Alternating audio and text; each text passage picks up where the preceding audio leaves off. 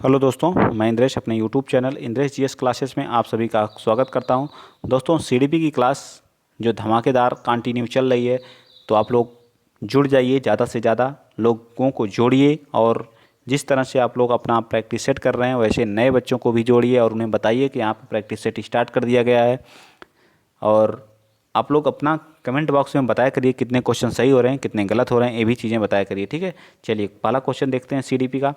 अपने चिंतन में अवधारणात्मक परिवर्तन लाने हेतु विद्यार्थियों को सक्षम बनाने के लिए शिक्षक को क्या करना चाहिए? तो शिक्षक को उन विद्यार्थियों को पुरस्कार देना चाहिए। तो पुरस्कार देने वाली बात जहाँ रहेगी वो तो गलत होगा। विद्यार्थियों को स्वयं चिंतन करने के लिए जो है हतोत्साहित हतोत्साहित हमेशा क्या होता है, नेगेटिव होता है, तो ये भी हमारा गलत हो गया। ठीक है, व्याख्यान विधि हमारी कहाँ, जहाँ जहाँ व्याख्या की जाएगी वो भी गलत होता है। ठीक है, तो बचा कौन सा? लास्ट। ठीक है, लास्ट हमारा क्या आ जाएगा? राइट आ जाएगा। स्पष्ट और आश्वस्त करने वाली व्याख्या देनी चाहिए तथा विद्यार्थियों के साथ चर्चा होनी चाहिए। तो डी पार्ट हमारा क्या हो जाएगा? सबसे सटीक आंसर होगा। ये हमारे पेडागोजी के क्वेश्चन थे। तो अगला क्वेश्चन, क्वेश्चन नंबर 2 है, विद्यार्थी विद्यालय के कक्ष के संदर्भ में सक्रियता मतलब एक्टिवनेस का क्या अर्थ होता है? याद करना, प्रत्यास्मरण और सुनाना, शिक्षक व अनुकरण और नकल करना, जांच पड़ताल, प्रश्न पूछना और वाद विवाद करना, शिक्षक द्वारा दिए गए उत्तरों की नकल करना। ये तो नकल करना बिल्कुल गलत है। तो बचा कौन सा? तो राइट आंसर हमारा क्या आ जाएगा? थर्ड पार्ट, जांच पड़ताल, प्रश्न पूछना और वाद विवाद हमारा क्या आ जाएगा?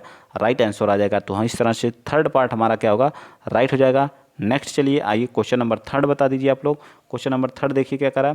जब कोई विद्यार्थी समूह में किसी समस्या पर चर्चा का अवसर दिया जाता है, समूह में जो है, समूह पर कोई समूह बना करके उसकी किसी समस्या का चर्चा किए जाते हैं, तब उनके सीखने का वक्र क्या होता है? बेहतर होता है, स्थिर रहता, अवनत होता है, समान रहता है। तो थर्ड का राइट आंसर बेहतर होता है, बहुत अच्छा होता है। जब आप किसी ग्रुप में बना करके दो ग्रुप बना लिए, मान लीजिए कोई टॉपिक आप दे दिए स्वतंत्रता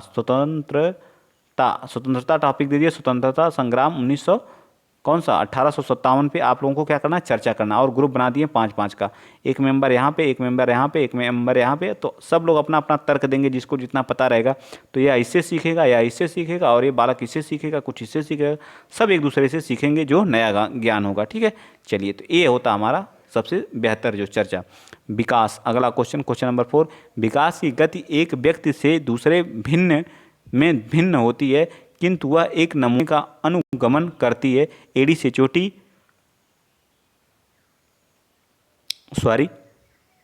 अव्यवस्थित, अप्रत्याशित, क्रमबद्ध और व्यवस्थित। तो चौथे का राइट आंसर क्या होती है? क्रमबद्ध होती है और क्या होती है? व्यवस्थित होती है। ठीक है, क्रमबद्ध होती है और व्यवस्थित होती है।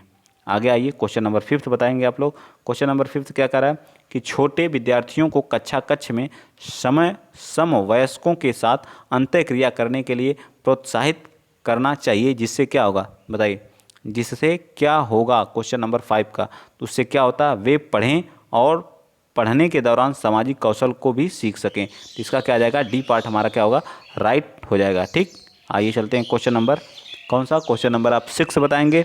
जब एक निर्योग्य बच्चा पहली बार विद्यालय आता है तो शिक्षक को क्या करना चाहिए? प्रवेश परीक्षा लेनी चाहिए। बिल्कुल गलत बात है। क्या होगा? बच्चे को निर्योग्यता के अनुसार उसे विशेष विद्यालय में भेजने का प्रस्ताव देना चाहिए। उसे अन्य विद्यार्थियों से अलग रखना चाहिए। सहकारी योजना विकसित करने के लिए बच्चों के माता पिता के साथ क्या करना चाहिए? चर्चा करनी चाहिए। तो 6 का राइट आंसर क्या आ जाएगा? ये भी हमारा गलत है, और हमारा क्या आ जाएगा? बी पार्ट हमारा क्या होगा? Right answer. थर्ड सेकंड क्या हो जाएगा? राइट हो जाएगा। ठीक है, आगे आ जाइए, क्वेश्चन नंबर 7 बताएंगे आप लोग।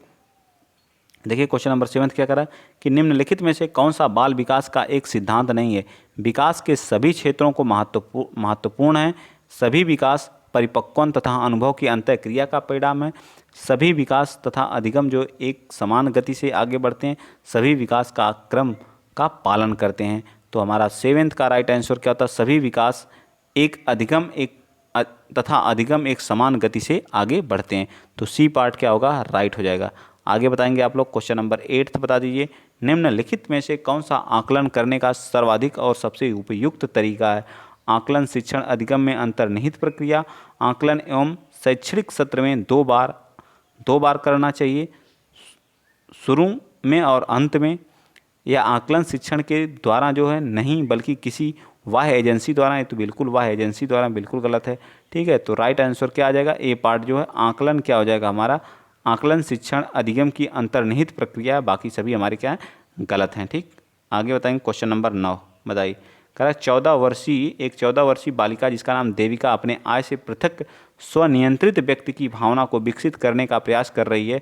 वह विकसित कर रही है नियमों के प्रति घृणा या फिर नियमों के प्रति क्या जो है, नियमों के स्वायत्तता, मतलब स्वायत्तता, तो बिल्कुल सही बात है स्वायत्तता। ठीक है, बाकी सभी हमारे क्या गलत हैं। ठीक, आगे आ जाइए, क्वेश्चन नंबर आप बताएंगे 10th। क्वेश्चन नंबर 10th क्या कह रहा है, प्रगतिशील शिक्षा, जो हमारी प्रगतिशील शिक्षा के संदर्भ में निम्नलिखित में से कौन सा कथन जॉन डीवी के अनुसार समुचित है।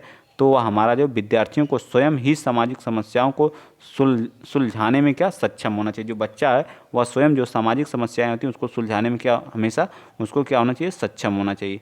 आगे बताइए क्वेश्चन नंबर 11th।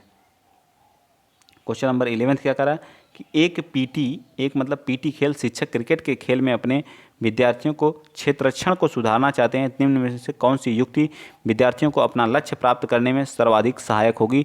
तो बताइए 11th का जो है विद्यार्थियों को क्षेत्ररक्षण का अधिक अभ्यास, जितना अभ्यास कराएंगे बच्चा उतना क्या करेगा, क्षेत्ररक्षण अच्छा करेगा। अभ्यास इज द मोस्ट इम्पॉर्टेंट। ठीक है, चलिए ठीक है, एक्सरसाइज क्या होती है बच्चों के लिए सबसे इम्पॉर्टेंट होती है। ठीक है, निम्न में से कौन सा कथन शिक्षण के बारे में सत्य नहीं है। तो शिक्षण जो है, शिक्षण में सुधार किया जा सकता है, बिल्कुल सही बात है। शिक्षण में क्यों नहीं सुधार किया जा सकता है। शिक्षण औपचारिक अनौपचारिक है, दोनों है। शिक्षण क्या होता है हमारा, औपचारिक भी होता है अनौपचारिक होता है, बिल्कुल सही बात है। लेकिन हमको निगेटिव आंसर देना है नहीं का। ठीक है, जो गलत होगा वही हमारा सही होगा। शिक्षण विज्ञान के साथ साथ कला है। शिक्षण क्या है, साइंस के साथ साथ क्या है, एक आर्ट भी है। आप बताएंगे, बताइए 3rd का 12th का क्या आ जाएगा। तो ये भी सही है, लेकिन शिक्षण एक अन्वेषण एक गलत है। तो गलत का आंसर हमेशा क्या होगा, गलत होगा। तो इस तरह से हमारा डी पार्ट क्या हो जाएगा, राइट हो जाएगा। ठीक है, डी पार्ट क्या होगा, राइट हो जाएगा। चलिए 13 बताइए, क्वेश्चन नंबर 13। राष्ट्रीय जिसको NCF बोलते हैं, अब तो हमारा 2005 ये है, अब हमारा 2020 भी NCF आ गया। ठीक है, 2020 या 21 बताइए, 2020 या 21 कौन सा आया है। तो जो हमारा आयाम शीर्षक के अंतर्गत अत्यधिक महत्व दिया गया है, तो कौन सा बताइए। भौतिक संसाधनों, शिक्षित एवं अप्रेरित अध्यापकों, बालकों के लिए ज्ञान के संदर्भ में संचरित अनुभवों, या डी हमारा जो बालकों के लिए संचरित अनुभव एवं पाठ्यक्रम। तो 13 का राइट आंसर हमारा क्या आ जाएगा, बताइए। चौथा हमारा बालकों, हमेशा बालक के बारे में सोचना है। ठीक है, पेडागोजी में हमेशा बालक के बारे में। आगे बता दीजिए, एक परिस्थिति में अर्जित ज्ञान का दूसरी परिस्थिति में उपयोग क्या कहलाता है। पठन विकार, सीखने में हस्तांतरण, तो क्या कहलाता है बताइए। तो सीखने में क्या कहलाता है, हस्तांतरण। किसी चीज़ को आप कहीं सीखे हैं और उसका यूज कहीं कर रहे हैं, तो सीखने में क्या कहलाता है, हस्तांतरण कहलाता है। ठीक, आगे आ जाइए, क्वेश्चन नंबर आप बताएंगे 15। बताइए, अनुभव द्वारा जो है व्यवहार में परिवर्तन क्या कहलाता है। मतलब आप बहुत अनुभवी हैं, अनुभव के हिसाब से आपको लगा कि मतलब यह चीज़ें हमारे लिए क्या गलत हैं, तो आप क्या करेंगे, अपने व्यवहार में परिवर्तन करेंगे। तो उसे क्या कहते हैं, प्रेरणा, सीखना, चिंतन या स्मृति। तो 15 का राइट आंसर हमारा क्या आ जाएगा, सेकंड हमारा क्या कहलाता है, सीखते हैं। आप किसी से सीख करके ही अपने व्यवहार को क्या कर रहे हैं, चेंज कर रहे हैं। ठीक है, चलिए 16 बताइए। सांख्यिकी में वह रेखा चित्र जिसमें अभिवृत्ति को स्तंभ द्वारा प्रदर्शित किया जाता है कहलाता है। तो 16 का राइट आंसर क्या आ जाएगा, स्तंभ आकृति कहलाता है। ठीक है, स्तंभ आकृति कहलाता है। आइए चलते हैं नेक्स्ट क्वेश्चन नंबर, कौन सा, क्वेश्चन नंबर 17। क्वेश्चन नंबर 17 करा कि इस अवस्था में बालकों में नई खोज करने की और घूमने की प्रवृत्ति बहुत अधिक बढ़ जाती है। तो शैशवावस्था, उत्तराकाल अवस्था, किशोरावस्था या प्रौढ़ावस्था। तो 17 का राइट आंसर हमारा क्या आ जाएगा, सेकंड हमारा क्या आ जाएगा, राइट आ जाएगा। कौन किस अवस्था में, तो बाल्यावस्था में। ठीक है, उत्तर बाल्यावस्था में। ठीक है, चलिए आगे चलते हैं। क्वेश्चन नंबर आप लोग बताएंगे कौन सा, क्वेश्चन नंबर 18। 18 कह रहा है कि अधिगम जो अंतरण का जो है थॉर्नडाइक सिद्धांत कहलाता है। समानता का सिद्धांत, अनुरूप तत्वों का सिद्धांत, औपचारिक नियमों का सिद्धांत, उपरोक्त में से कोई नहीं। तो 18 का राइट आंसर हमारा क्या जाएगा, अनुरूप तत्वों का सिद्धांत जो हमारा अधिगम अंतरण का थॉर्नडाइक के सिद्धांत कहा जाता है। तो वह अनुरूप तत्वों का सिद्धांत। चलिए 19 भी बता दीजिए यहीं पे। निम्न में से कौन सा वंशानुक्रम का नियम नहीं है। समानता, प्रत्यागमन, भिन्नता, अभिप्रेरण। तो कौन सा हो जाएगा 19 का, तो 19 का राइट आंसर क्या आ जाएगा, अभिप्रेरण। जो मोटिवेशन होता है वह हमारा जो वंशानुक्रम का नहीं होता। मोटिवेशन को हम लोग बाह्य से लेते हैं। ठीक है, या आंतरिक होता है या बाह्य होता है, ठीक है, वंशानुक्रम नहीं होता। 20 बताइए, मन का मानचित्रण संबंधित है, जो मन का जो मानचित्रण होता है वो किसी मन की क्रियाशीलता पर अनुसंधान से, मन की क्रियाशीलता पर अनुसंधान से, डी। ठीक, आगे आ जाइए, क्वेश्चन नंबर 21 बताएंगे। बताइए क्वेश्चन नंबर 21 क्या कह रहा है। क्वेश्चन नंबर 21 क्या कह रहा है, तो क्वेश्चन नंबर 21 कह रहा है कि विशेष रूप से प्राथमिक स्तर पर विद्यार्थियों की सीखने संबंधी समस्या को संबोधित करने का बेहतर तरीका है। बताइए कौन सा सबसे बेहतर तरीका है, तो वह है अक्षमता के अनुरूप भिन्न भिन्न पद्धतियों का प्रयोग करना सबसे बेहतर है। ठीक है, जो अक्षमता, जिनके अंदर क्षमता नहीं है, जिन बच्चों के अंदर, उनको जो भिन्न भिन्न शिक्षण पद्धतियों के माध्यम से सिखाना चाहिए। उनको जो है क्या पहेलियों के माध्यम से सिखाना चाहिए, उन्हें अलग अलग टेक्निक के माध्यम से सिखाना चाहिए ताकि बच्चा सीख सके जो है। ठीक है, आगे आ जाते हैं, क्वेश्चन नंबर आप 22 बताएंगे। कक्षा में जो विद्यार्थी प्रश्न पूछते हैं उन्हें, कक्षा में जो विद्यार्थी प्रश्न पूछते हैं उन्हें क्या कहा जाता है। बताइए बताइए 22 का, तो कक्षा के बाद शिक्षक से मिलने की सलाह दी जाए, गलत। कक्षा में चर्चा में भाग लेने के लिए प्रोत्साहित किया जाए। बताइए कौन सा प्रश्न, लगातार प्रश्न पूछने के लिए क्या सबसे सटीक आंसर हमारा क्या जाएगा, सी पार्ट। बच्चे को हमेशा प्रोत्साहित करना चाहिए कि बच्चा बार बार क्या करे, आपसे इंटरेक्ट हो और क्वेश्चन को पूछे, आपसे डरे नहीं। कभी बच्चे को डरा के नहीं रखना है, बच्चे को हमेशा प्रश्न पूछने के लिए क्या करना चाहिए, प्रेरित करना चाहिए। ठीक है, आगे आ जाइए, क्वेश्चन चलते हैं। क्वेश्चन नंबर 23 क्या कह रहा है कि शिक्षा की जो है किंडरगार्टन पद्धति का प्रतिपादन कौन किया था, स्पेंसर ने, फ्रोवेल ने, मॉन्टेसरी ने या टीपी नन ने। बताइए 23 का राइट आंसर क्या आ जाएगा, तो कौन किया था, फ्रोवेल द्वारा किया गया था किंडरगार्टन पद्धति। ठीक है, नेक्स्ट बताइए क्वेश्चन नंबर, फ्रायड के अनुसार हमारे मूल्यों का जो आंतरिककरण है, आंतरिककरण में होता है इदम में, ब्राह्म में या अहम में या परिस्थितियों में। तो 24 का जो राइट आंसर आ जाएगा वो क्या आ जाएगा, थर्ड, पराहम में है। ठीक है, पराअहम में होता है। ठीक, आगे आ जाइए, क्वेश्चन नंबर 25 बता दीजिए, फटाफट बताइए आप लोग। व्यवहारवादी ने कहा है मुझे नवजात शिशु दे दो, मैं उसे डॉक्टर, वकील, चोर या जो चाहूँ बना सकता हूँ। फ्रीमैन, न्यूमैन, वाटसन या होलिंजर। बताइए जिंजर। बताइए जिंगर। बताइए कौन सा, थोड़ा सा नाम टेढ़ा है तो इस वजह से दिक्कत हो रही।